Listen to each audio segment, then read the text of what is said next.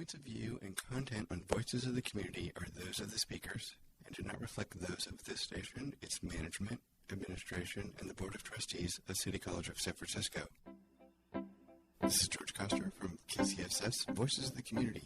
Welcome to our listeners around the country and around the world. Voices of the Community brings you critical issues facing San Francisco and the Bay Area. We introduce you to voices who are working on solutions that face our fellow individual community members, neighborhoods, cities, and our region. I would appreciate your feedback and comments on what you like about the show, what topics you want to hear more about or less about. So please go to Mixcloud and search for Voices of the Community and leave a comment in the comment section of the show. Welcome to today's show. This is part 4 of a 4-part series focused on the accreditation of City College of San Francisco. If you're just tuning in for this show, I would recommend that you listen to our first 3 parts of the series, which will provide you context of the issues and the unique perspective of each show guest. Part 1, Part 2, and Part 3 shows can be found on Mixcloud.com by searching Voices of the Community. Here's a quick rundown of each show and the featured guests. The Part 1 show featured interviews with Kristen Charles, the Interim Associate Vice Chancellor of Institutional Development, Accreditation, and the Liaison Officer at City College of San Francisco. Also included Special Trustee Guy Leese for City College of San Francisco, as well as Karen Saganor, the Department Chair of Library and Learning Resources at City College of San Francisco.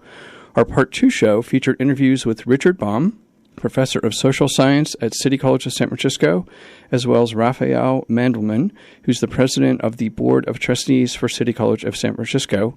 And our Part 3 show featured interviews with Sarah Eisenberg, the Deputy City Attorney for the City and County of San Francisco, and Muriel Paranto, the Chair of Disabled Students, Programs, and Services at City College of San Francisco, as well as Wendy Kaufman, Professor of Engineering at City College of San Francisco, and Eric Estrada, City College of San Francisco student. This 4-part series attempts to provide listeners with 12 different interviews and points of view from the various voices of City College of San Francisco. The interviews were conducted from October 2015 to March of 2016. The interviews and the 4-part series have been edited to fit into our show format, and I will be posting the unedited full interviews on my website, georgecoster.com, along with each of the 4 parts of the series. You will hear various points of view on the Accreditation Agency, Accrediting Commission for Community and Junior Colleges, also known as ACCJC. I've reached out several times to the ACCJC and their president, Barbara Bino's office, to provide an opportunity to hear their point of view. President Bino's office has declined my request for an interview. Instead, the ACCJC staff has referred me to their website of press releases and an FAQ, which has information that's probably a year or more old. So I was able to find a little piece of research and a quote from Barbara Bino. So according to Inside Higher Education magazine, ACCJC President Barbara Bino said she doesn't believe the Commission's decision in 2013 led to the college's current problems. Quoting here, the 2012 evaluation team identified fiscal trends and conditions that were already causing difficulties for the City College of San Francisco. CCSF's financial problems preceded the Commission's action, unquote. That's what she wrote in an email to Higher Education magazine. So I would recommend that you please listen to our Part 3 show for more information on the lawsuits and the status of the ACCJC and the California Community College Board of Governors, as well as the discussion with guests on whether City College of San Francisco will have to find another accrediting agency, and we cover this in both Part 1 and Part 2 shows, so great context.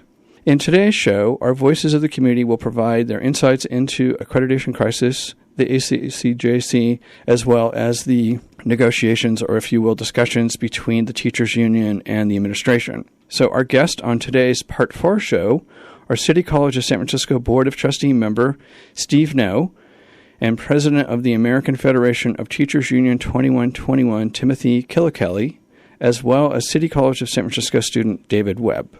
I want to, again, give you some more context here. So one of the other issues that has been identified through the accreditation process, the administration's financial oversight and the management of the school and its staff were talked about in our Part 1 story. And so recent news, former Chancellor Art Tyler was brought in to manage the College of California by the California Community College's Board of Governors after ACCJC found compliance and financial problems. So Tyler was reassigned from the chancellor's position to run City College's facilities department in June of 2015.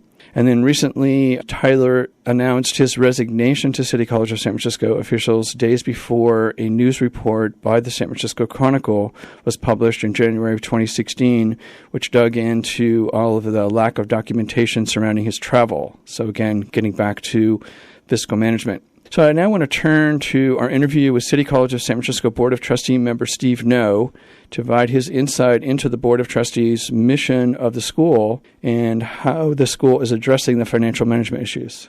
This is George Costa from KCSF's Voices of the Community. I'm here today with Steve No, a trustee for City College of San Francisco, discussing the ongoing process of City College of San Francisco's accreditation. Steve, welcome to Voices of the Community. Thanks for having me, George. Please kind of walk us through what the status of the accreditation is, what the administration is doing to address the accreditation. Let me be clear. City College of San Francisco has never lost its accreditation, ever. Okay? So we're open and we're accredited and we're enrolling students right now. There clearly is, or has been for the past several years, a question about whether the accreditation should be revoked or terminated. Different question than whether or not we have been all along accredited. So we're an accredited institution. Our degrees are good. We're enrolling students. Our enrollment's up. And a lot of wonderful folks here who are in classrooms, at front desks, helping students and helping them get on their way. Steve, I think it would be helpful for the listeners to find out what is a trustee and what does a trustee do for a community college such as City College of San Francisco? So a trustee for the City College for San Francisco is an elected member of a governing board. The governing board is essentially the governing body of the institution. So think of it as a school board, but for the community college in San Francisco. I'm one of 7 elected trustees. Trustees are elected citywide in staggered elections. This year, 2016, there'll be 4 trustees up for election, or 4 trustee seats open, and in 2018 there'll be 3. We are elected by the public, by the people of San Francisco, to govern this public institution, the City College of San Francisco. With the whole accreditation issue, there was, I guess, what would be considered to be a deactivation of the trustees, and then now a recent reactivation at the end of, I think it was like July, August of last year. Can you share with the audience the why of the deactivation and then the why of the reactivation, and then how that impacts both your role and the school as you see it? Even though we're elected by the people of San Francisco, we are also part of a statewide governance system, which is composed of all community colleges in the state. The Board of Governors of the community college system has policymaking powers, for example, for all community colleges in the state.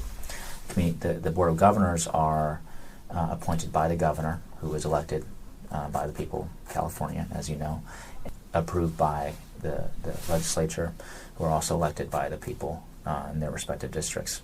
So the Board of Governors has kind of it's not exactly like the Board of Regents, but it has a kind of statewide governance authority over community colleges.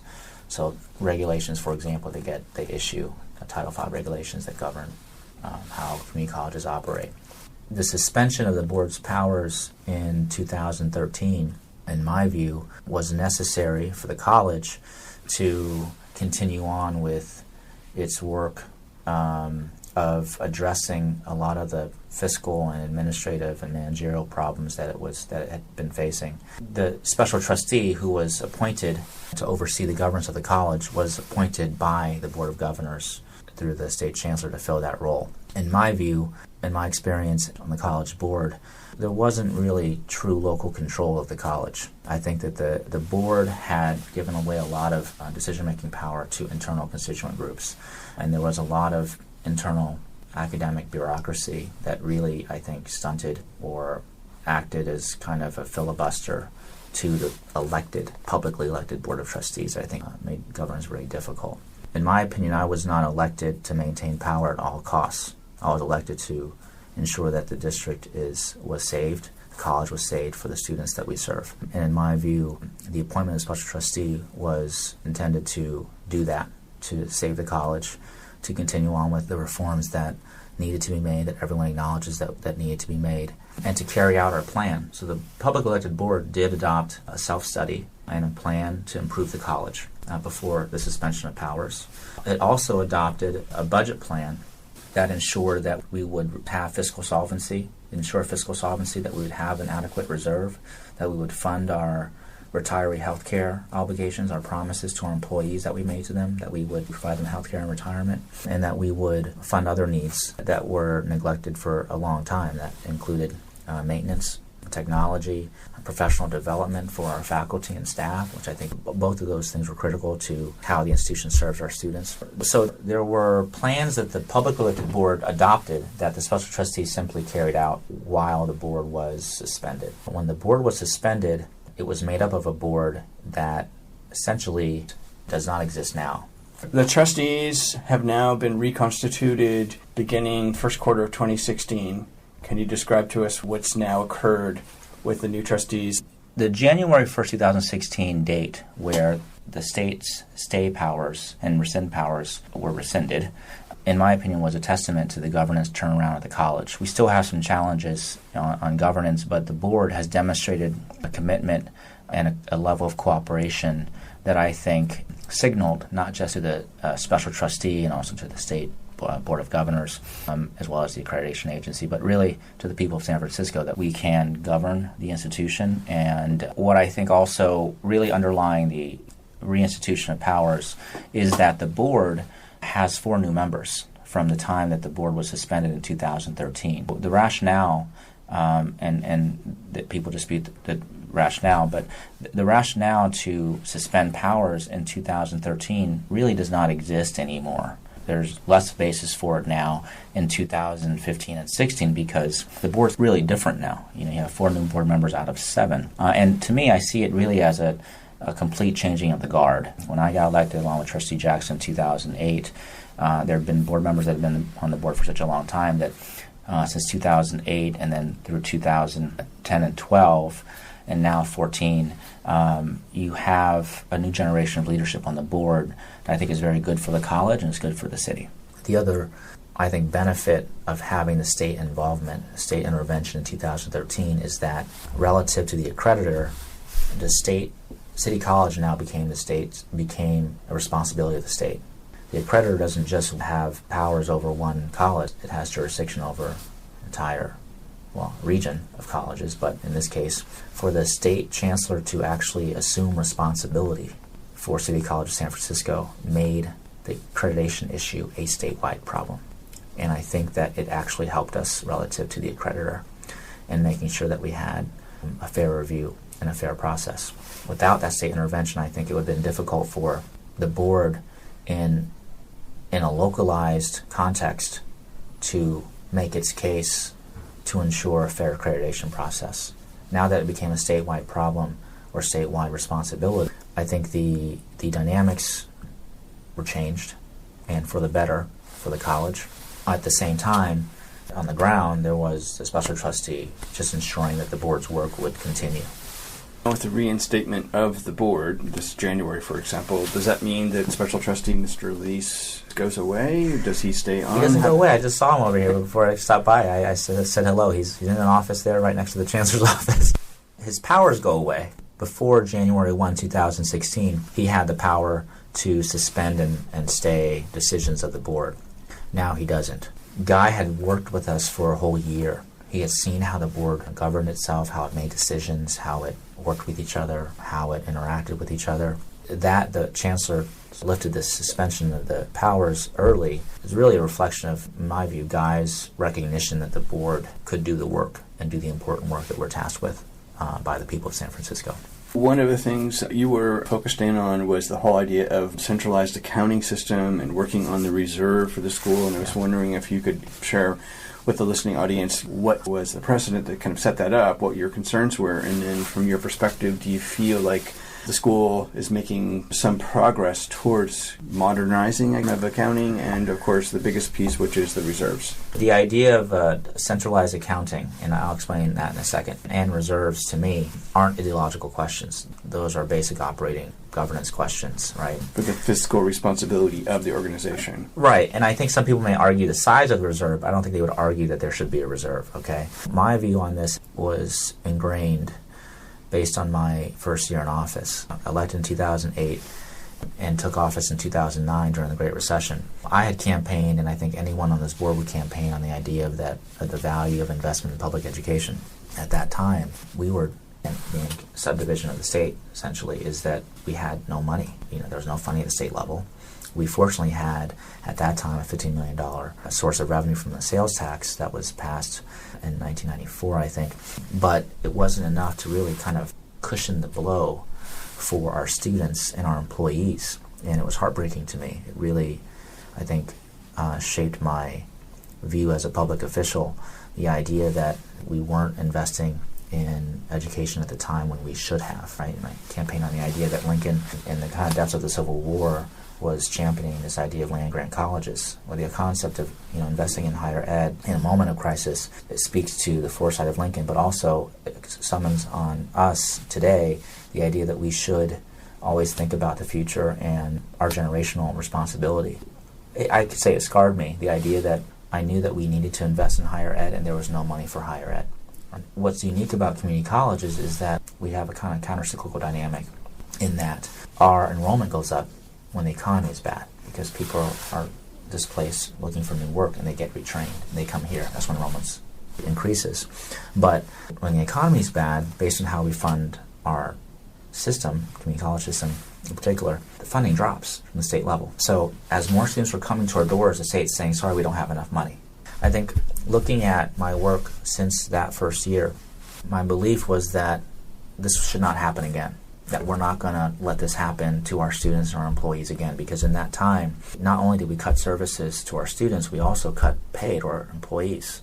To me, the way that should not happen again is getting a reserve in place. We did not have a healthy reserve, barely a reserve when I first took office. And that, to me, is the lack of foresight, I think, by decision makers past, to not think to themselves, wait a minute, we know that our students need us most when the economy is bad, and we know that our employees will take it on the chin when the economy is bad. Let's think about this. Let's have a reserve so that when this happens again, when students come to our doors, we can keep them open. When our employees need it the most in a recession, we don't have to cut their wages. That first year shaped a lot of how I viewed my responsibility, not just as a trustee, but as a policymaker in planning for the future. We'll talk about the accounting system in a second, but I'm adamant about a reserve because I don't want that to happen again. It's our responsibility to not let that happen again, and it will happen again. We live in a capitalist system. There are booms and busts, right? So we know it's going to happen. It's unconscionable for us to know that it's going to happen and not plan for it. Part of the idea, too, is not just ensuring these students are protected or have a place to go when the economy gets bad, but we would just kind of kick the can down the road, right? Because those employees, those faculty and staff members who bore significant brunt of the cuts in 2009 and 10, well, for several years actually.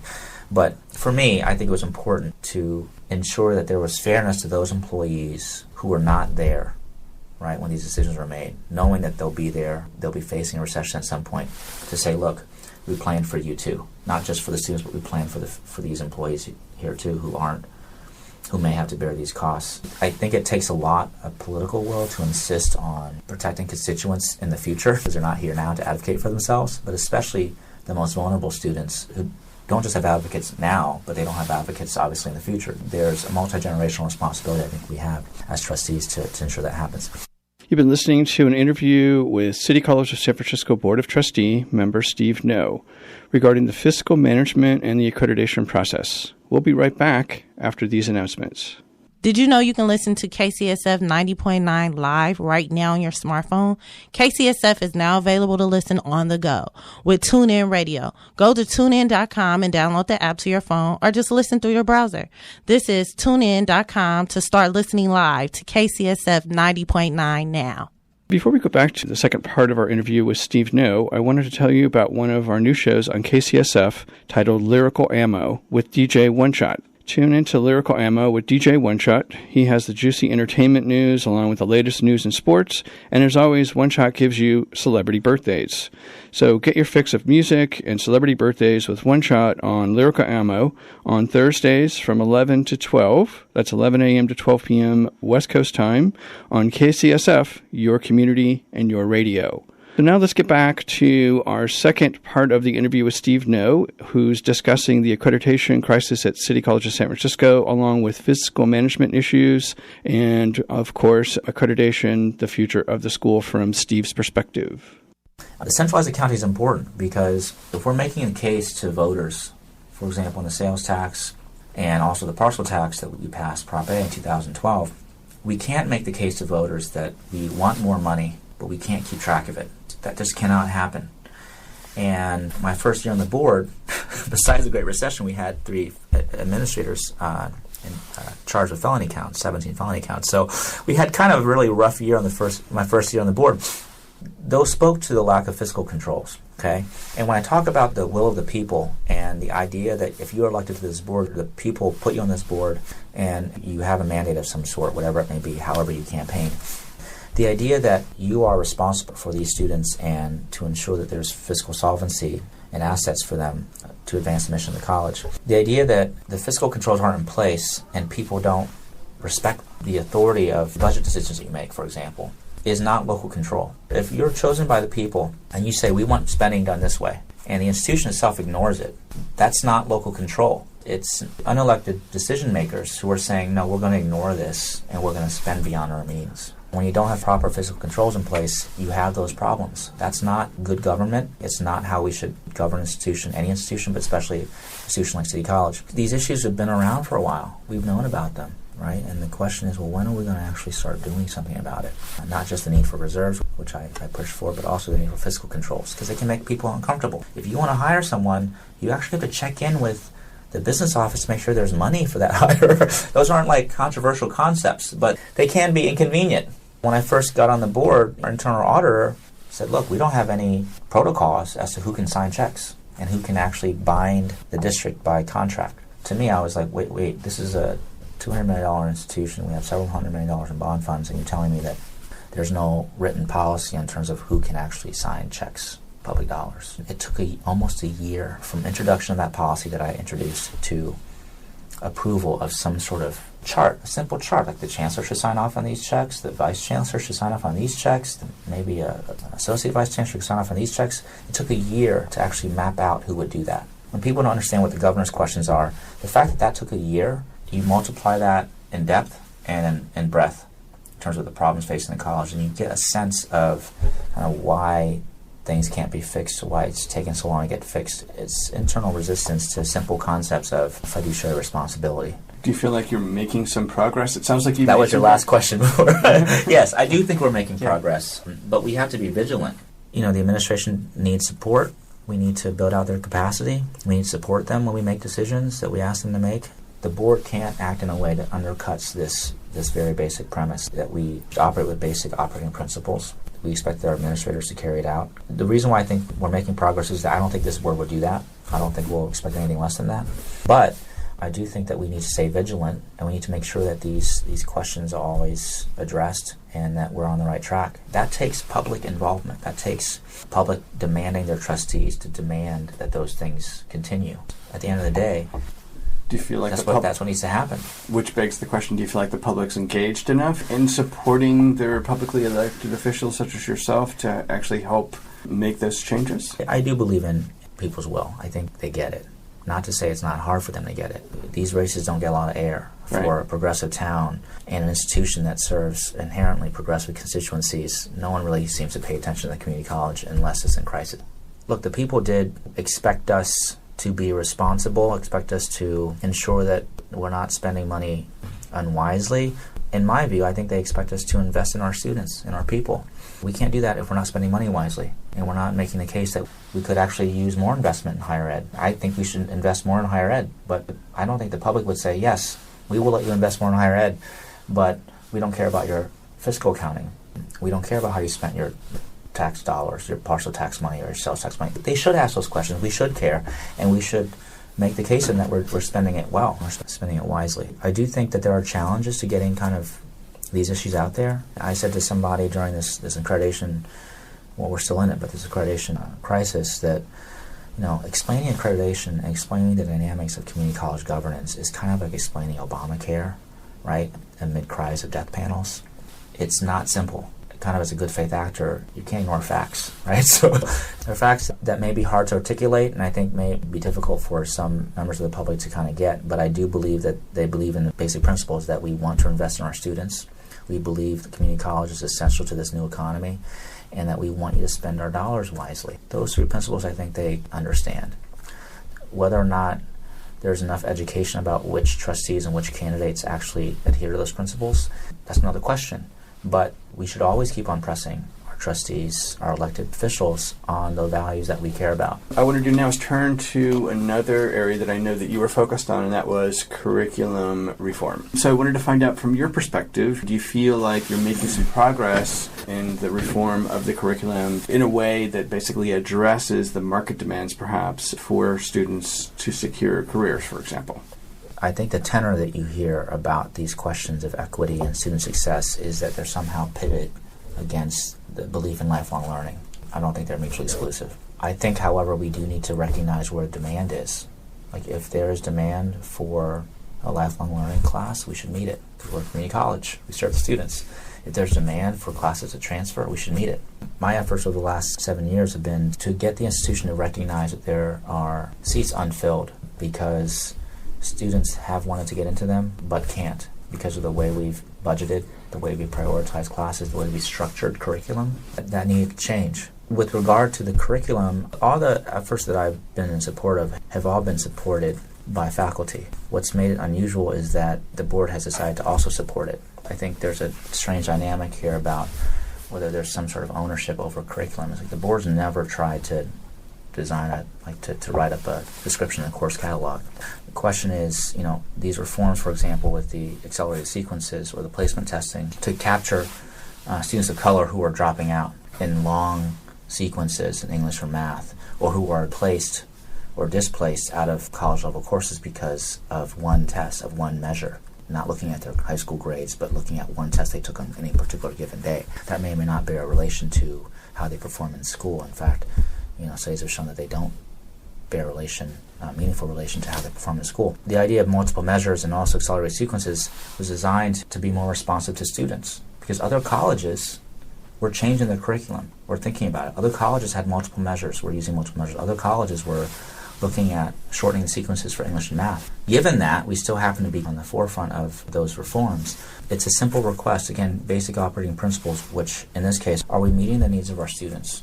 Are there any systemic problems that we can fix? This place is not charged with fixing poverty directly. Well, I think conceptually it is. We have a pathway out of poverty. We recognize that poverty is a factor in the achievement gap. We recognize that poverty is a factor in our students' lives, right? Those conditions, to the extent they cannot be reached by us, is not a debate. The question is, what can we do as an institution to improve services for our students? What can we change? What can we do to actually address some of those problems? And I believe that placement testing reform and also curriculum accelerated sequences, both of which were ideas derived from faculty, are programs that fulfill those basic operating principles. Do you feel like the school going through the accreditation process provides an opportunity for City College of San Francisco to perhaps reinvent itself? I think any crisis offers an opportunity. In this instance, the means by which we provide those opportunities for change, I think, could have been different.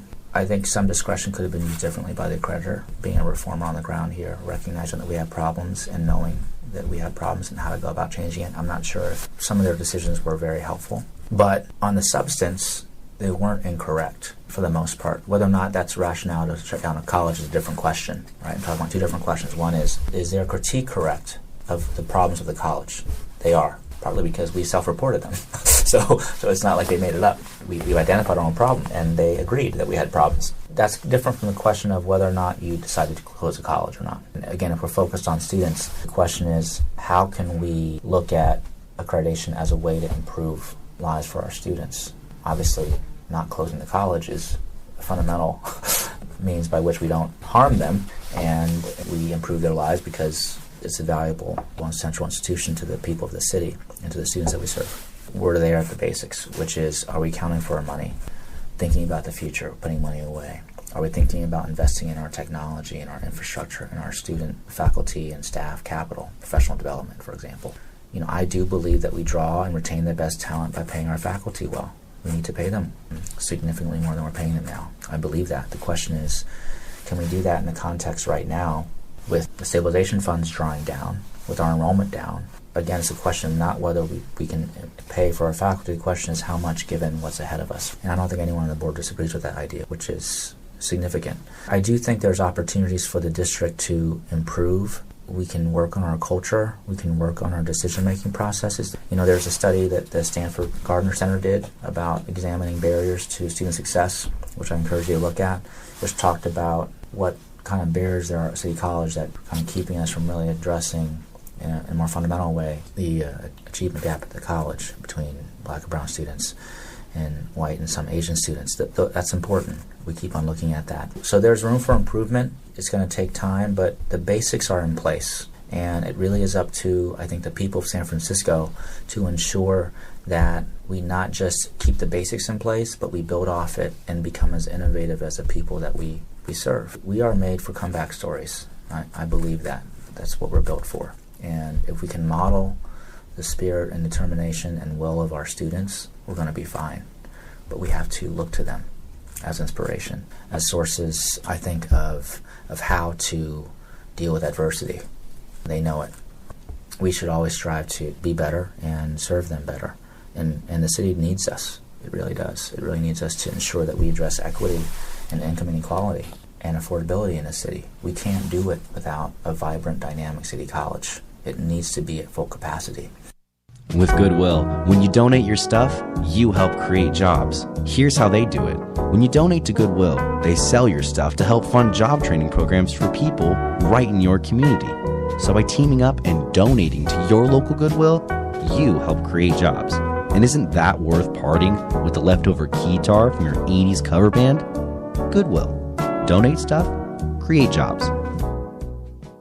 If you think child abuse is out of control, earlier today, 2 children were found abandoned after you're right. received calls from concerned If you think neighbors. there's nothing you can do about it, you're wrong. Now there's a program that's achieving dramatic results by reaching out to help stop abuse before it starts. You can help do the same where you live. Call 1-800-CHILDREN. 1-800-CHILDREN. Because the more you help, the less they hurt.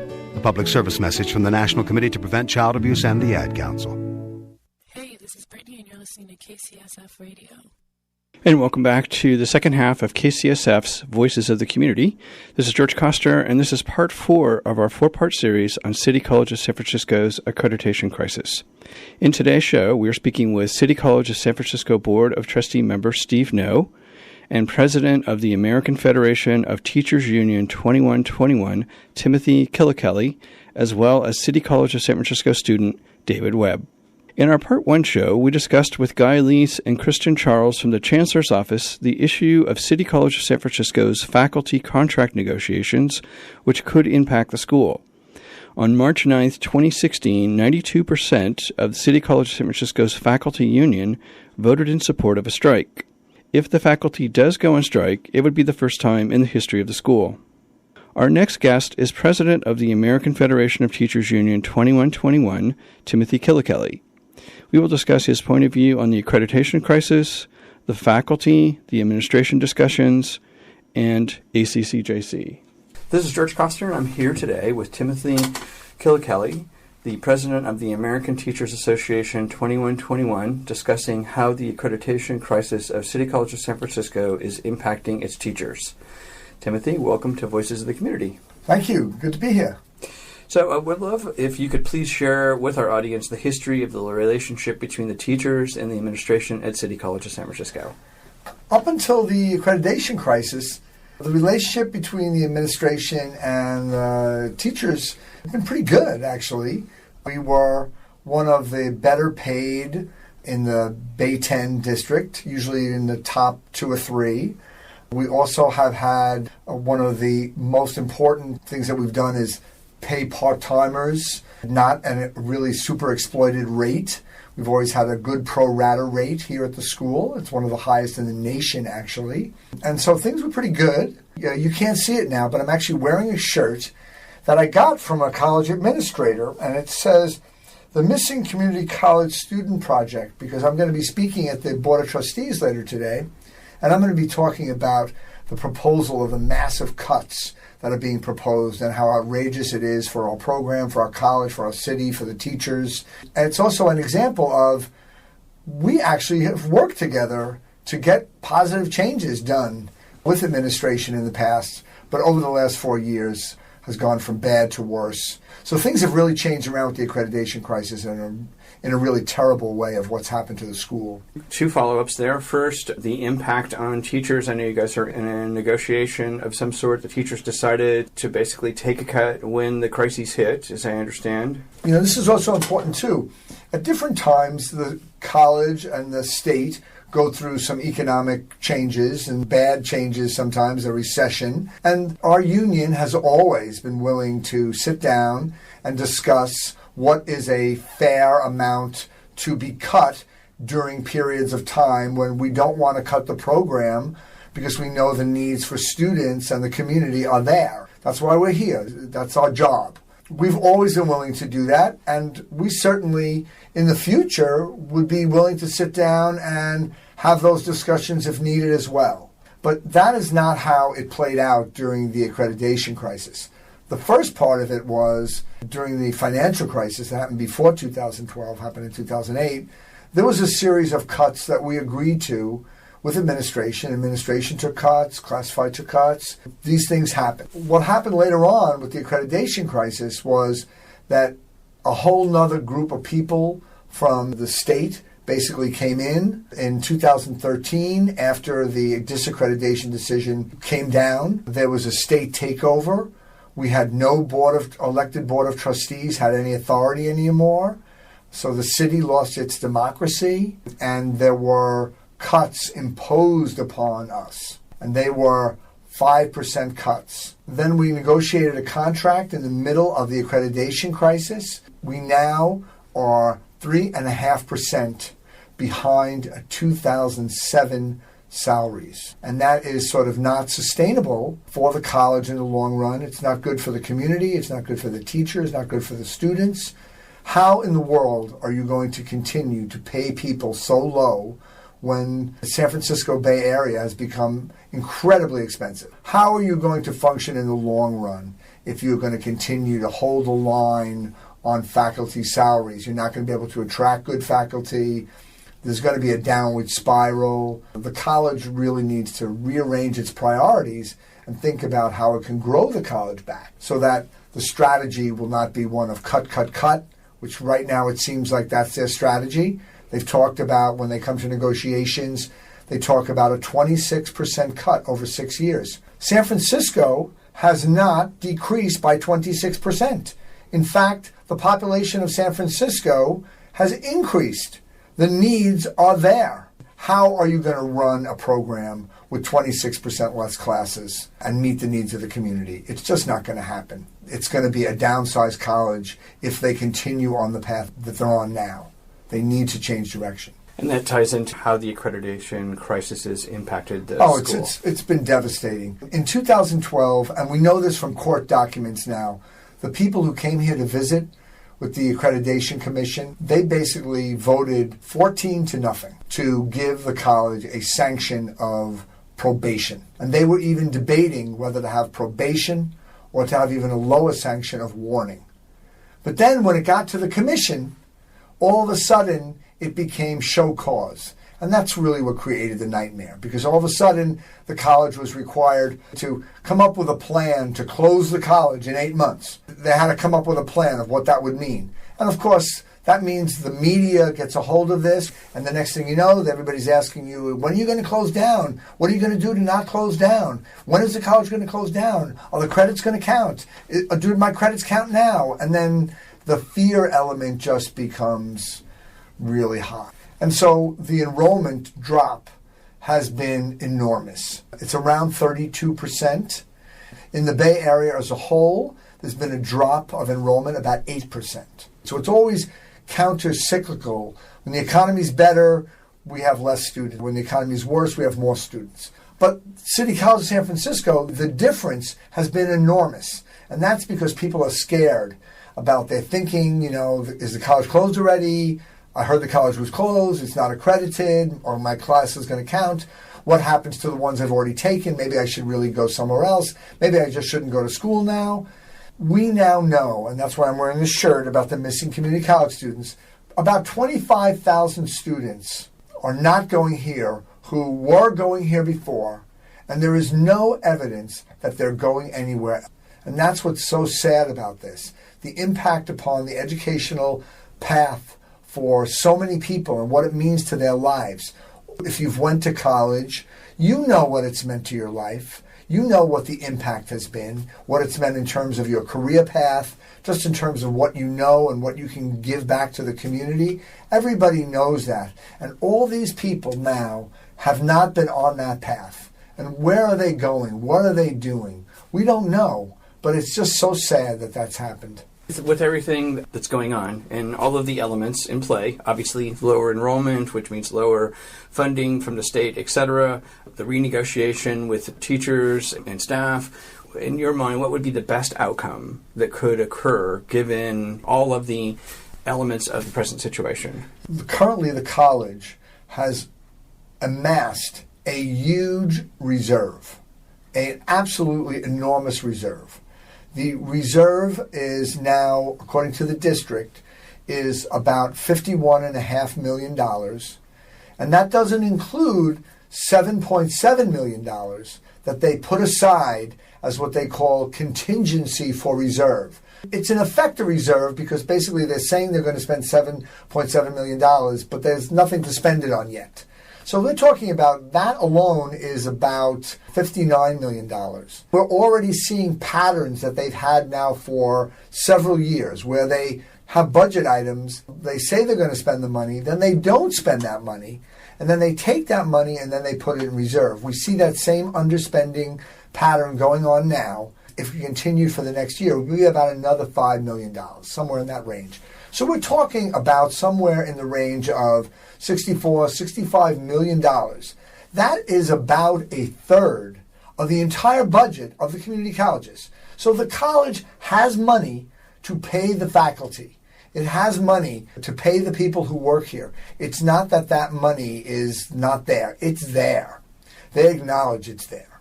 The question for the district and for us has to do with what happens when the college would lose some of the stability funding that we've had over the last few years. In that case, the argument we're making, what the college needs to do, is it needs to grow its way out of this problem. And the college, unfortunately, is acting as if it needs to cut and have a smaller program. And we just think that is just not a viable option for the community. Our salaries as community college instructors are an integral part of a program to grow the college or to cut the college. For example, if you maintain salaries that are so low that you can't be competitive with the districts around you, you are not going to be getting people to apply to these jobs. You're actually going to get people trying to leave these jobs and go elsewhere because the salaries are much better. And therefore, down the road, what does that mean for the college? If you're going to have, a generation of people who are underpaid, you're not going to be getting the high-quality faculty that we have here at City College. If you look at the scorecard, statewide community colleges, we do better than most colleges. So we've had a history of high-quality education. In the long run, you're not going to have that if you pay people uncompetitive salaries. So what we're asking for is basically to raise us up to the middle of what they're paying everybody else for. That's all we're asking for. Yet the district has put forward proposals that are so outrageous, so draconian, they will not do that. They actually want us, in their last proposal, because they want to give us some bonuses. They don't want to just give us raises, that by the end of the 3-year contract, by the end of 17-18, they're offering us our salaries for over half of our members would still be below 2007 rates.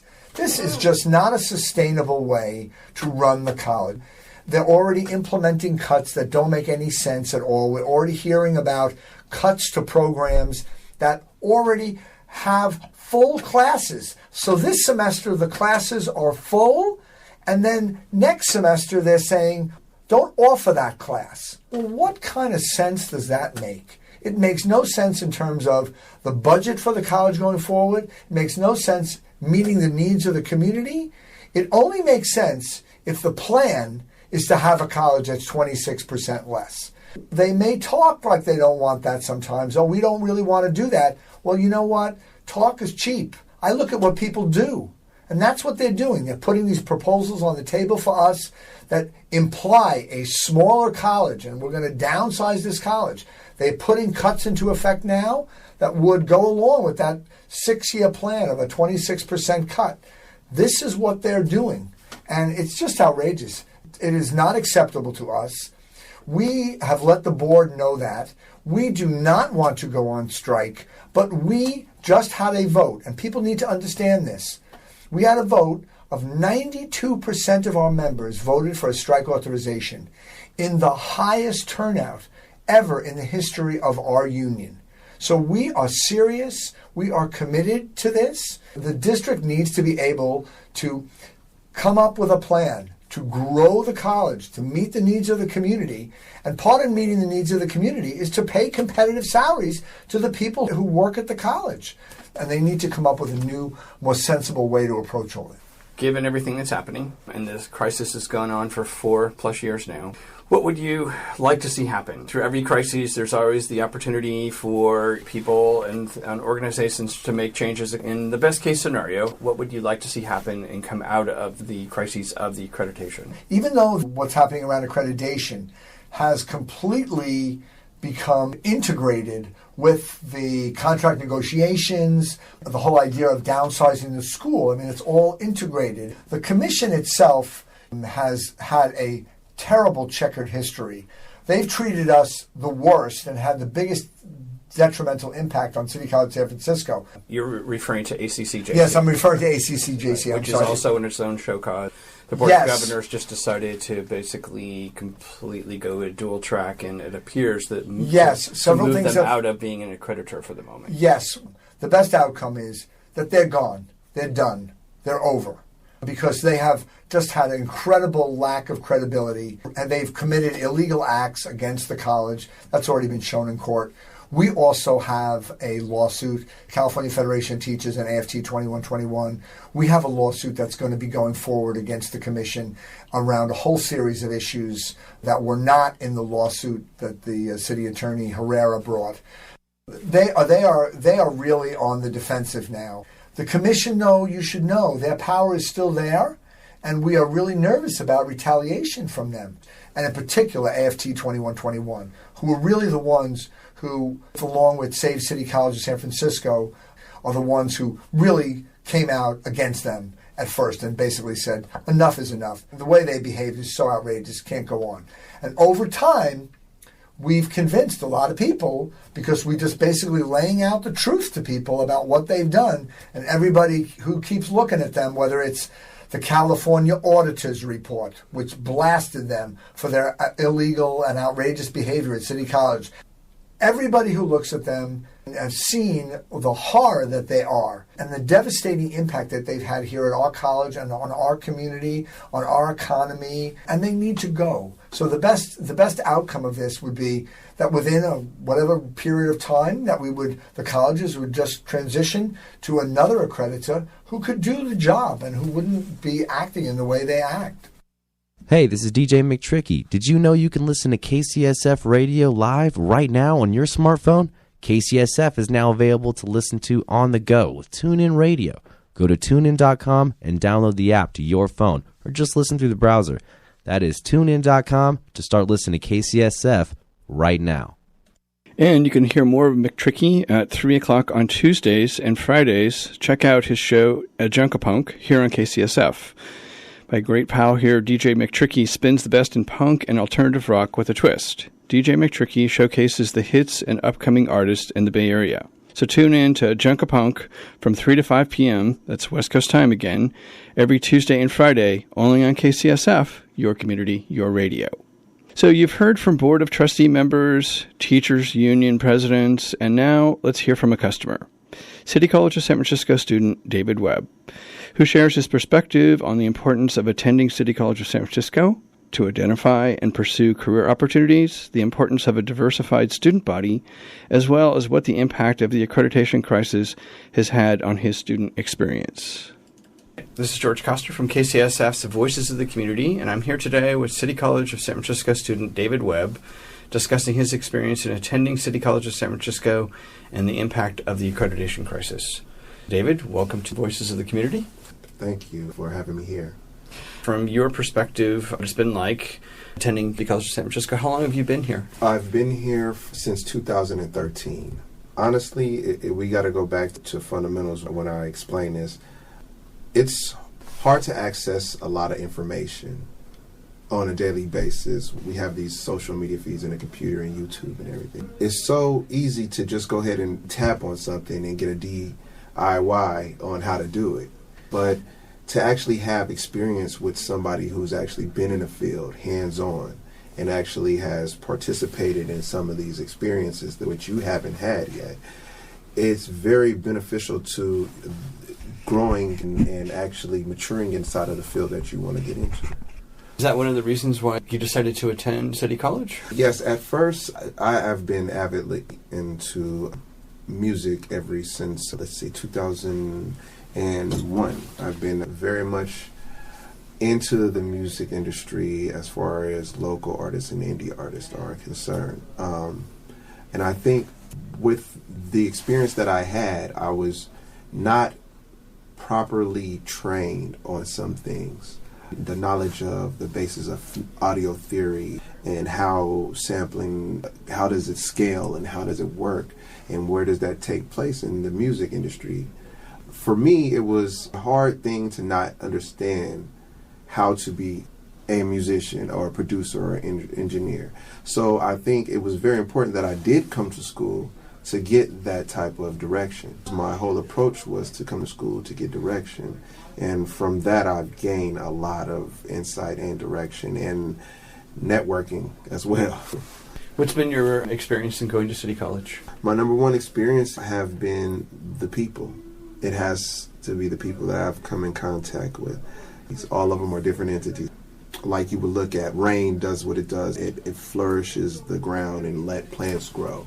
And also it quenches the thirst of the inhabitants inside the area. Where you got the sun that plays its part, shines down, rejuvenating, healing. And you have all these parts that play their part. And I think that's the thing about college, is that you have all these individuals who play a big part in a bigger scale than just one little small thing than the school. These are future engineers, future producers, future radio hosts, future radio producers and programmers. How would you say that City College of San Francisco has helped you pursue, obviously you have a passion about music and your craft. How has City College helped you pursue your passion? Well, Get Music was initially just an idea. And Get Music is your company is that my you created? Company. Yes, correct. And did you create the company as part of going to school here? Did you already have it? This company was already in existence before I came to school. It basically facilitated the usage of multiple producers from all over the country. And we weren't stopping on that initial thought to just be in a country. We're like all over the world. But what happened is it started to have the momentum that we didn't expect. And we started finding different outlets where we can be useful at in radio, advertisement, clothing. Actually, coming here has opened up our eyes a lot more to the outlets that are out there, that we can make a motion to actually being somewhere inside the industry.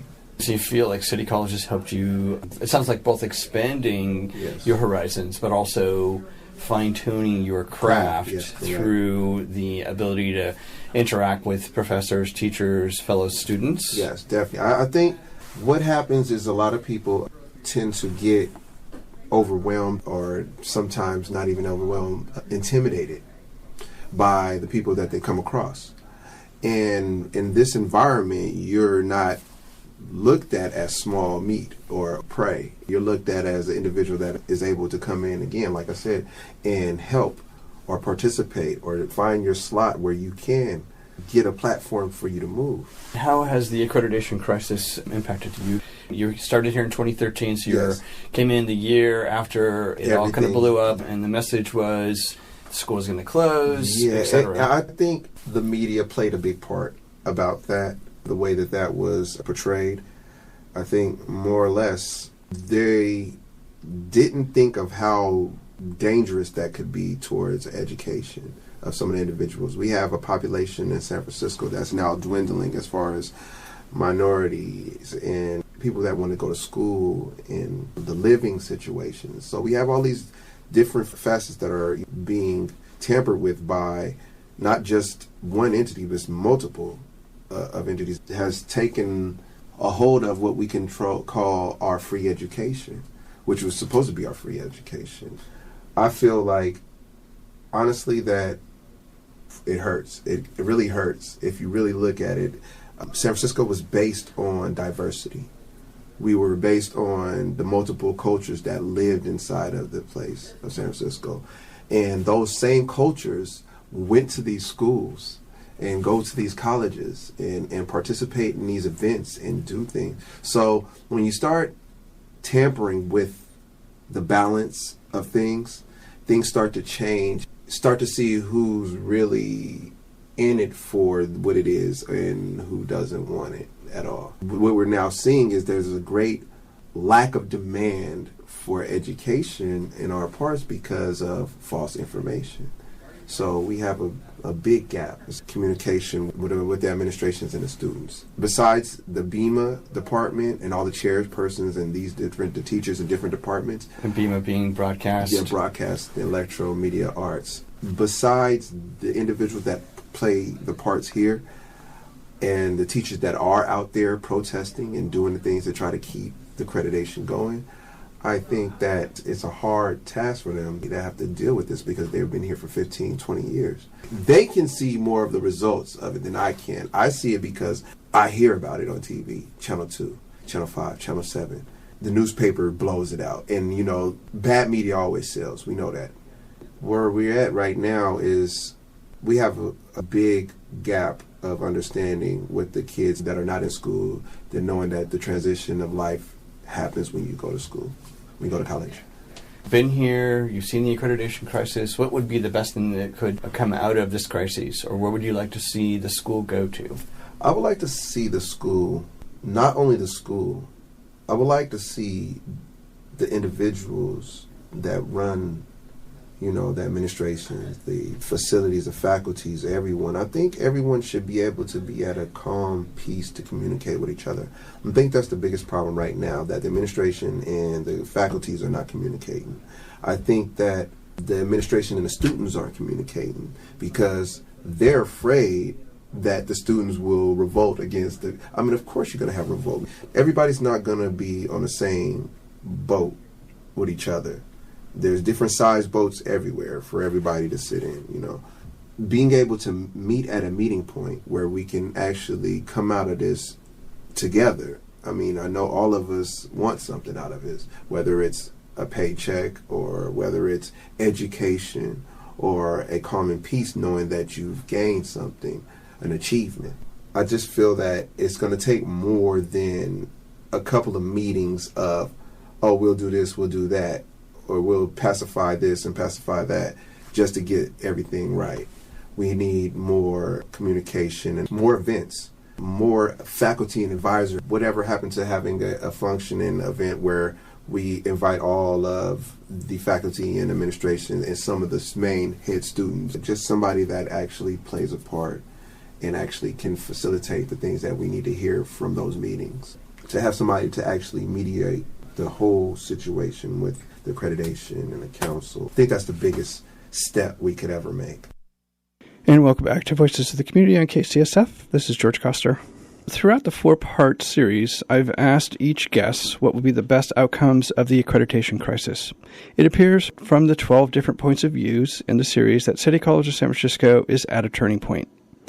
It could become a smaller institution offering less classes and operations, or it could work on growing its way back to a community resource, enabling community members to access education. The future of City College of San Francisco requires the engagement of the community, along with the administration, faculty, students, and local and state government officials.